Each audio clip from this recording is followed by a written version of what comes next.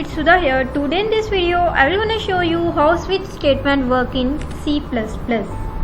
As you see, multiple if-else statements increase the complexity of the program.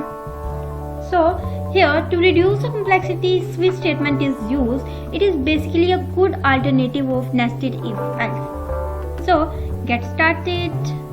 Here the syntax of switch statement is just use switch keyword and within parentheses use your expression, and then body of the switch start and close, and within the body of switch you can using multiple cases, and then you can see that break statement is used at the end of each case.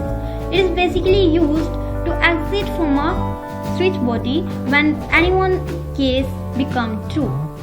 And at the last you can see default statement is used here. It's actually execute only when the result of expression does not match with any case label.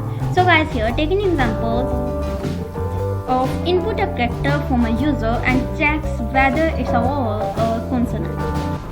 So first open dev C++. Here I have typed the main syntax of the program already. So just come into the main function and here declare a variable that is character type. So declare variable ch, I'll use ch variable name. So guys, here to print out message on the screen, just use cout. Please enter a character and then use cin for taking input from the user and write your variable name. And here it's time to use switch statements. So just write switch keyword and within parentheses use your expression. So ch variable is used here as an expression, and then body of the switch start and close. And here it's time to declare case. So guys, here written in lowercase a. Here you can see that a is written in single quotes because it's a character. So guys, here if user enter lowercase a and also enter uppercase a, so it should display on the screen cout vowel, and then terminate this and now break this.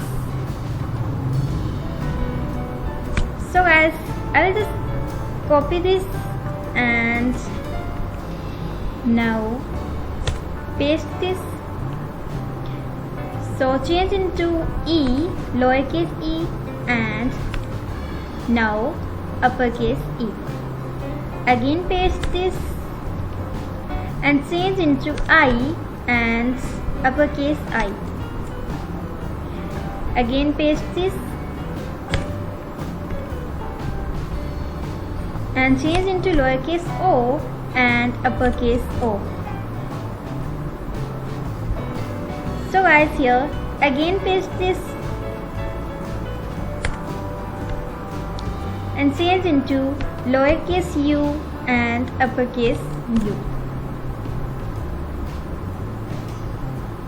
So guys, it's time to write default statement.